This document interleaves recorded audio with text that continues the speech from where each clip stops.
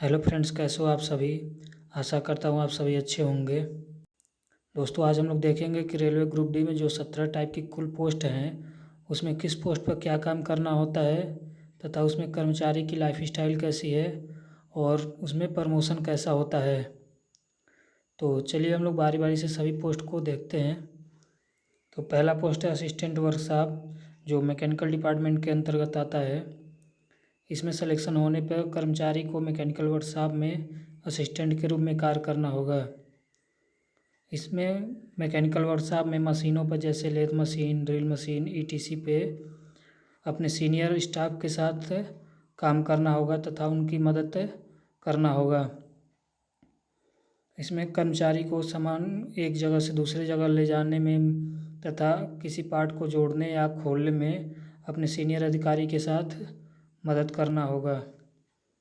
दोस्तों, वर्कशॉप की पोस्ट पर लाइफ स्टाइल काफ़ी अच्छी होती है, क्योंकि इसमें स्टाफ को एक फिक्स जगह पे काम करना होता है और वो अपने वर्कशॉप में ही प्रतिदिन कार्य करता है। उसे इधर उधर जाने की ज़रूरत नहीं पड़ती है तथा जो ड्यूटी टाइम होता है वो भी फिक्स रहता है। तो इसलिए यहाँ पे काफ़ी अच्छी लाइफ स्टाइल रहती है। दोस्तों, वर्कशॉप में प्रमोशन का भी चांस काफ़ी अच्छा रहता है और इसमें लोग टेक्नीशियन, जेई और इसी तरह के ऊपर के पोस्टों पे भी प्रमोशन होता रहता है। तो ये असिस्टेंट वर्कशॉप का हो गया। अब हम लोग दूसरा देखेंगे, असिस्टेंट ब्रिज। यह इंजीनियरिंग डिपार्टमेंट के अंतर्गत आता है। इसमें स्टाफ को ब्रिज संबंधित काम को देखना व करना होता है। इसमें स्टाफ को अलग अलग जगह पर जाकर ड्यूटी करना पड़ता है। हालांकि इसका टीए उसको मिलता है, क्योंकि किसी सेक्शन में 8 से 10 ब्रिज होते हैं तो उसमें कभी कभी काम पड़ता है। इसलिए इस पोस्ट पर कहीं कहीं तो कर्मचारी को पूरे डिवीज़न में ही ब्रिज को देखना रहता है। इसमें वर्क इजी रहता है, जैसे कि किसी ब्रिज का अगर पेंटिंग का वर्क ठेकेदार को दे दिया गया है तो वह ग्रुप डी स्टाफ देखता है कि जो जो ठेकेदार के कर्मचारी हैं वो पेंटिंग का कार्य कैसे कर रहे हैं, उसकी क्वालिटी कैसे मेंटेन कर रहे हैं, यही सब काम को देखता है। दोस्तों, असिस्टेंट ब्रिज के पोस्ट पे कर्मचारी को कुछ दिन किसी सेक्शन में तो अगले कुछ दिन किसी अन्य सेक्शन में, इसी तरह कहीं कहीं तो पूरे डिवीज़न में ही कार्य को देखना पड़ता है। इसलिए उनको इधर उधर काफ़ी रहना पड़ता है। हालांकि इसमें एक बेनिफिट ये है कि इसमें टीए बनता है और एवरेज देखा जाए तो मंथली 7-8 हज़ार रुपये उसको आराम से टीए के रूप में मिलता है। अब हम लोग तीसरा देखते हैं, असिस्टेंट CNW, यानी कि कैरेज एंड वैगन। यह मैकेनिकल डिपार्टमेंट के अंतर्गत आता है। इसमें कर्मचारी को अपने सीनियर कर्मचारी के साथ कैरेज एंड वैगन वर्कशॉप में काम करना होता है। इसमें कैरेज एंड वैगन संबंधित पार्ट को मशीनों से बनाना तथा कैरेज एंड वैगन की ओवरहालिंग करना और उसमें कोई पार्ट अगर ख़राब हो तो उसे चेंज करना, यही सब काम करना होता है। इसमें कर्मचारी को वर्कशॉप या स्टेशन पे काम करना होता है तथा इसमें टेक्निकल काम करना होता है, इसलिए काम भी काफ़ी अच्छा लगता है। दोस्तों, कैरेज एंड वैगन में भी कर्मचारी को एक वर्कशॉप में काम करना होता है, तो उनको एक फिक्स जगह पे काम करना होता है, इधर उधर भागने दौड़ने की ज़रूरत नहीं होती है।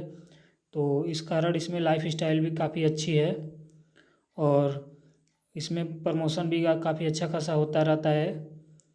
लोग टेक्नीशियन, जेई और इससे ऊपर के पोस्टों पे प्रमोशन पाते रहते हैं। तो ये कैरेज एंड वैगन का हो गया।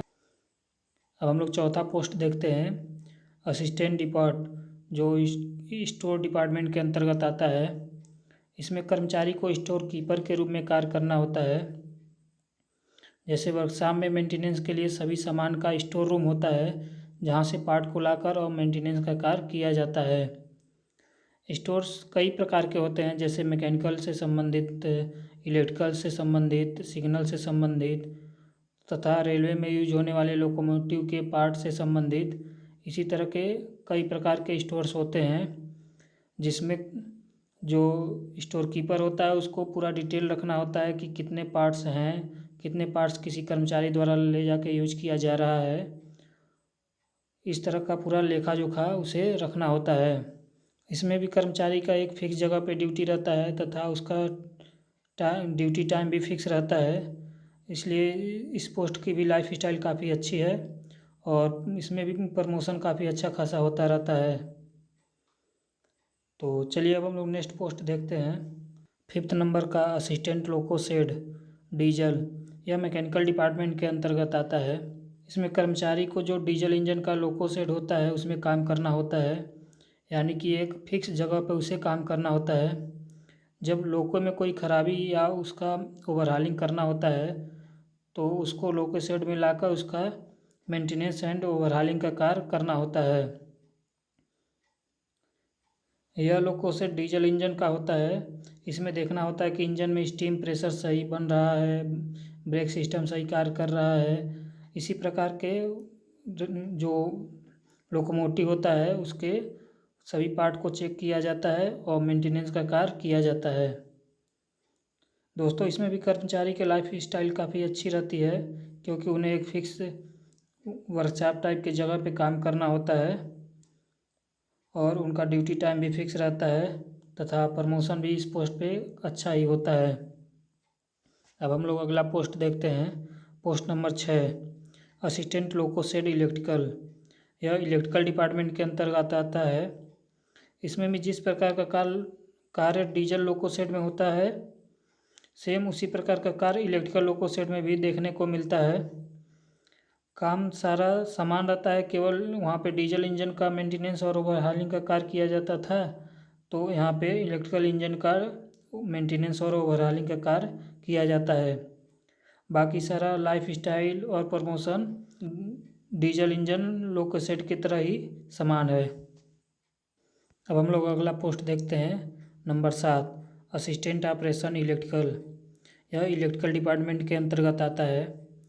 इसमें कर्मचारी को इलेक्ट्रिक से संबंधित कार्य अपने सीनियर कर्मचारी के हेल्पर के रूप में करना होता है। इसमें कर्मचारी को स्टेशन पर इलेक्ट्रिक की खराबी या किसी मशीन में इलेक्ट्रिक की खराबी हो तो उसे ठीक करने का काम करना होता है। इसमें आपकी पोस्टिंग किसी एक स्टेशन पे होती है तथा वहीं से आपको दूसरे छोटे स्टेशन पे जाकर काम करना पड़ता है। दोस्तों इसमें इलेक्ट्रिकल से संबंधित कार्य करना होता है, इस कारण वर्क काफ़ी इजी रहता है और इसमें आपको पोस्टिंग एक अच्छे स्टेशन के पास होती है तो सारी सुविधाएं भी रहने के लिए उपलब्ध होती हैं। अब हम लोग नेक्स्ट देखते हैं। नंबर 8, असिस्टेंट पॉइंट्समैन, यह ट्रैफिक डिपार्टमेंट के अंतर्गत आता है। इसमें आपकी पोस्टिंग किसी बड़े या छोटे स्टेशन पर होती है तथा एक स्टेशन पर कई पॉइंट्समैन भी होते हैं। इसमें पहले मैनुअली पॉइंट्स को चेंज किया जाता था, जो कि एक लीवर की मदद से किया जाता था, लेकिन अब डायरेक्ट पॉइंट स्टेशन से इंटरलॉक होते हैं और स्टेशन से ही उसको चेंज कर दिया जाता है। इसमें पॉइंट्समैन को स्टेशन पे झंडी दिखाकर और ट्रेन को पास करना होता है तथा स्टेशन पे अन्य कार को भी देखना रहता है। और कुछ पॉइंट्समैन गेट पे ड्यूटी करते हैं, जो ऑपरेटिंग गेट होते हैं, यानी कि जो स्टेशन के आसपास गेट रहते हैं उस पे पॉइंट्समैन गेटमैन के रूप में कार्य करते हैं। दोस्तों पॉइंट्समैन की पोस्ट काफ़ी अच्छी मानी जाती है। इसमें आपकी पोस्टिंग जिस स्टेशन पे होता है वहीं पे आपको ड्यूटी करना रहता है। हालांकि अगर कभी काल ज़रूरत पड़ गया तो आपको बाहर जाना पड़ता है और ये ऑपरेटिंग डिपार्टमेंट के अंतर्गत आता है।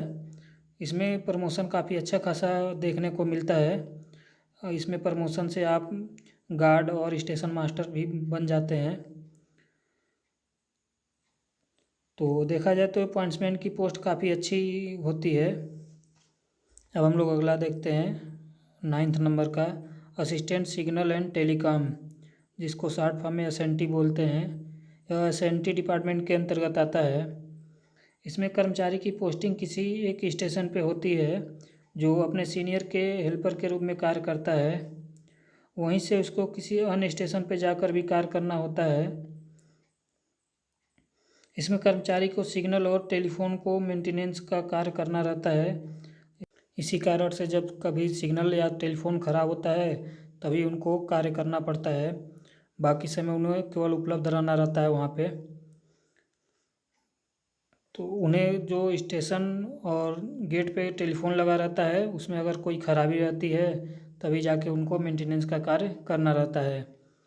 दोस्तों एसएनटी की पोस्ट काफ़ी अच्छी मानी जाती है और इसमें आपको 24 घंटा ड्यूटी रहता है, लेकिन जब कभी ख़राबी होती है तभी आपको काम करना पड़ता है। बाकी समय आपको केवल वहाँ पे उपलब्ध रहना रहता है। तो आप बस अपने क्वार्टर पे रहते हैं, जब कभी ख़राबी होती है तो आपको बुलाया जाता है और आप मेंटेनेंस का कार्य करते हैं। दोस्तों एसएनटी डिपार्टमेंट में भी प्रमोशन ऑपरेटिंग डिपार्टमेंट की तरह ही काफ़ी अच्छा खासा देखने को मिलता है। अब हम लोग अगला देखते हैं नंबर 10, असिस्टेंट ट्रैक मशीन। यह इंजीनियरिंग डिपार्टमेंट के अंतर्गत आता है। दोस्तों असिस्टेंट ट्रैक मशीन के पोस्ट पे कर्मचारी को किसी एक मशीन जैसे पैकिंग मशीन या स्क्रीनिंग मशीन या इसी तरह के अन्य किसी मशीन पे पोस्टिंग कर दी जाती है और कर्मचारी को उस मशीन के साथ जो एक बोगी होता है उसी में पूरा रहना या खाने और नहाने धोने का पूरा व्यवस्था रहता है। उसी मशीन के साथ उसको पूरे अपने जोन में कहीं भी ड्यूटी करने जाना पड़ता है और उसी में उनको रहना पड़ता है। इस पोस्ट पे जनरली आपको बाहर ही, जैसे जहाँ आपकी पोस्टिंग है उससे बाहर अगर जाना रहेगा तो आप उसी जो एक कोच रहता है उसी में रहना होता है और उसी के साथ रह के आपको ड्यूटी करना होता है।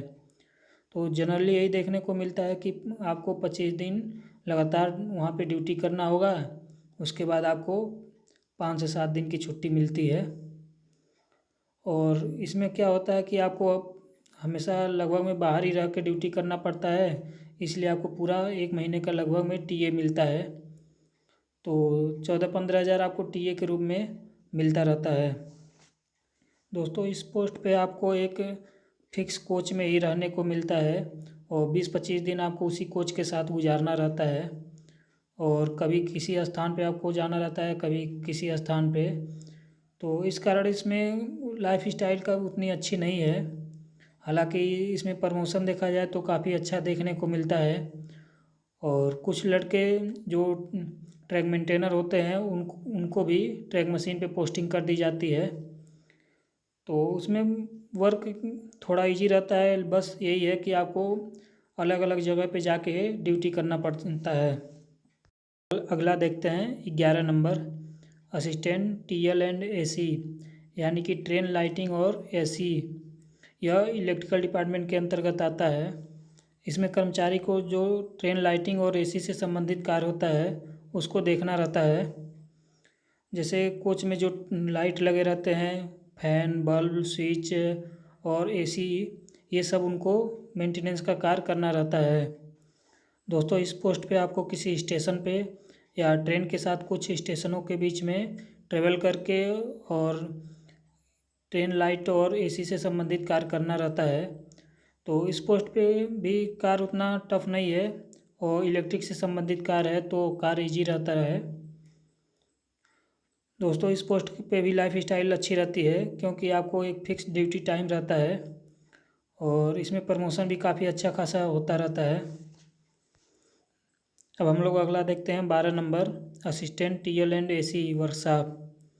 दोस्तों अभी हम लोग जो पिछला देखे हैं assistant TL and AC electrical वाला, सेम वही काम होता है, बस इसमें आपको क्या होता है कि एक वर्कशॉप में यानी कि एक फिक्स जगह पे काम करना होता है।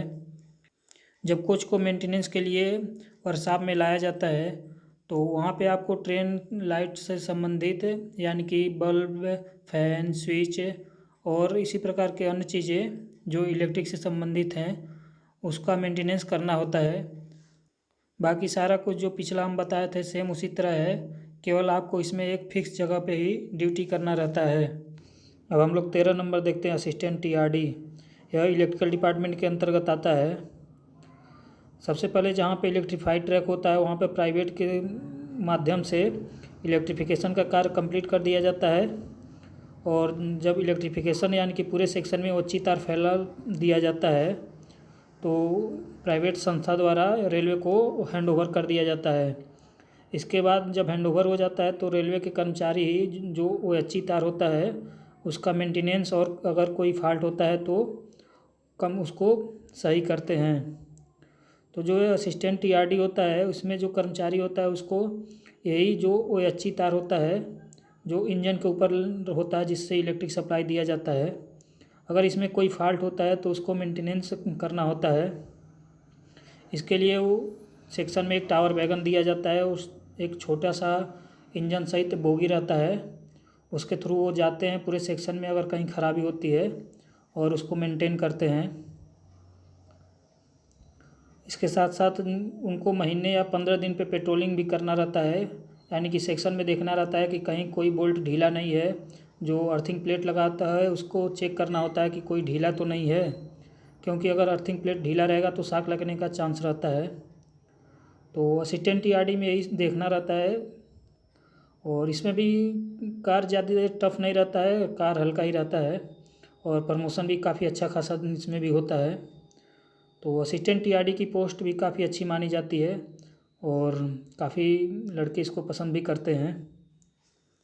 अब हम लोग अगला देखते हैं नंबर 14, असिस्टेंट वर्क्स, जो इंजीनियरिंग डिपार्टमेंट के अंतर्गत आता है। इसमें कर्मचारी को कारपेंटर, प्लम्बर या इलेक्ट्रीशियन जो होते हैं उनके हेल्पर के रूप में कार्य करना होता है। इसमें जब रेलवे क्वार्टर या स्टेशन पे जब प्लम्बर या इलेक्ट्रीशियन या कारपेंटर कार्य करते हैं तो उसमें जो असिस्टेंट होता है उसको हेल्पर के रूप में कार्य करना होता है तथा उनकी मदद करना रहता है। दोस्तों इसमें भी ड्यूटी टाइम फिक्स रहता है, हालांकि यह इंजीनियरिंग डिपार्टमेंट के अंतर्गत आता है तो इसमें प्रमोशन थोड़ा कम ही देखने को मिलता है अदर डिपार्टमेंट के कंपैरिजन में। अब हम लोग अगला देखते हैं नंबर 15, असिस्टेंट वर्कशॉप। यह इंजीनियरिंग डिपार्टमेंट के अंतर्गत आता है।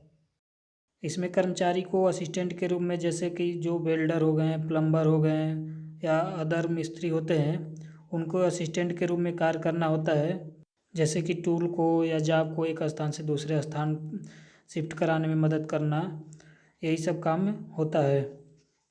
दोस्तों इसमें आपको एक वर्कशॉप के अंदर फिक्स जगह पे काम करना होता है और एक फिक्स ड्यूटी टाइम भी होता है, इसलिए इस पोस्ट की लाइफ स्टाइल काफ़ी अच्छी होती है।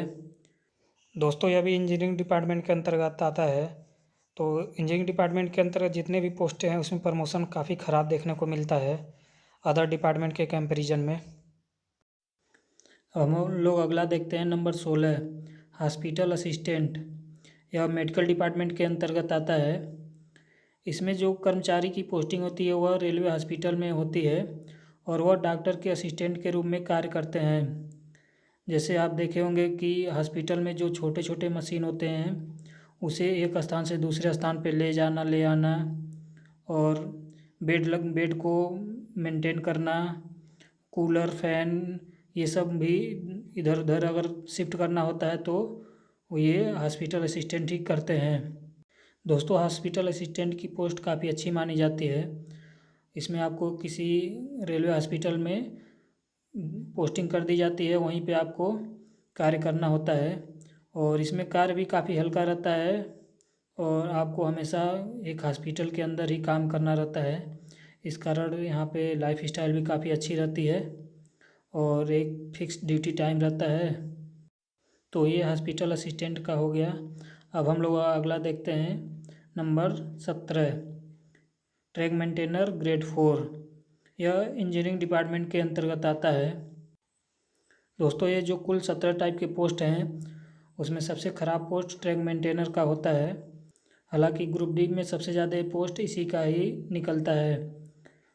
तो चलिए देखते हैं कि इसमें क्या क्या काम करना होता है। दोस्तों ट्रैक मेंटेनर के पोस्ट पे आपकी पोस्टिंग किसी एक गैंग में कर दी जाती है। ये ज़रूरी नहीं कि वो गैंग स्टेशन के पास ही हो, कुछ गैंग स्टेशन से दूर भी होते हैं और वहीं पे आपको क्वार्टर बना रहता है जहाँ पे आपको रहना होता है। जनरली एक गैंग का रेंज बना होता है 6 से 7 किलोमीटर, उसी रेंज के अंदर गैंगमैन को कार्य करना रहता है। हालांकि जब वो बाहर जाता है तो उसको अलग से टीए दिया जाता है। दोस्तों ट्रैकमैन का काम ट्रैक को मेंटेन करना होता है। जैसे जो ट्रैक पे पत्थर पड़े होते हैं उसको ड्रेसिंग बॉक्सिंग करना, यानी कि उसको प्रोफाइल में लाना, और यदि अगर कोई स्लीपर टूटा हुआ है तो उस स्लीपर को चेंज करना, और कहीं लाइन ख़राब है तो उसको चेंज करना, तथा ठंडी के मौसम में रात में उसको नाइट पेट्रोलिंग करना होता है, और गर्मी के समय में दिन में जब काफ़ी गर्मी पड़ती है तब भी उसको पेट्रोलिंग करना होता है, तथा जब काफ़ी बरसात होती है तो भी उसको बरसात में पेट्रोलिंग का कार्य करना रहता है। तो दोस्तों, जिन ट्रैकमैन के जितने भी कार्य हैं वो फिजिकली काफ़ी हार्ड होते हैं। इस कारण से ट्रैकमैन की पोस्ट काफ़ी ख़राब मानी जाती है, तथा कुछ ट्रैकमैन की पोस्टिंग इंजीनियरिंग गेट पे कर दी जाती है, तो वो गेटमैन के रूप में कार्य करते हैं। दोस्तों, ट्रैकमैन के पोस्ट पे भी ड्यूटी टाइम फिक्स रहता है। हालांकि जब इमरजेंसी पड़ती है तो उसे कभी भी ड्यूटी जाना पड़ जाता है। दोस्तों, ट्रैकमैन की पोस्ट पे जितने भी कार्य होते हैं वो काफ़ी फिजिकली हार्ड होते हैं। इसी कारण लोग इसको पसंद नहीं करते हैं, तथा इस पोस्ट पे प्रमोशन भी बहुत ख़राब देखने को मिलता है। और गैंग कई जगह ऐसे बने होते हैं जहाँ पे रहने की सही सुविधा नहीं रहती है, ना आसपास मार्केट होता है, ना चौराहा, कुछ नहीं देखने को मिलता है। और कहीं कहीं अच्छा स्टेशन होता है तो वहाँ पे सारा कुछ उपलब्ध होता है।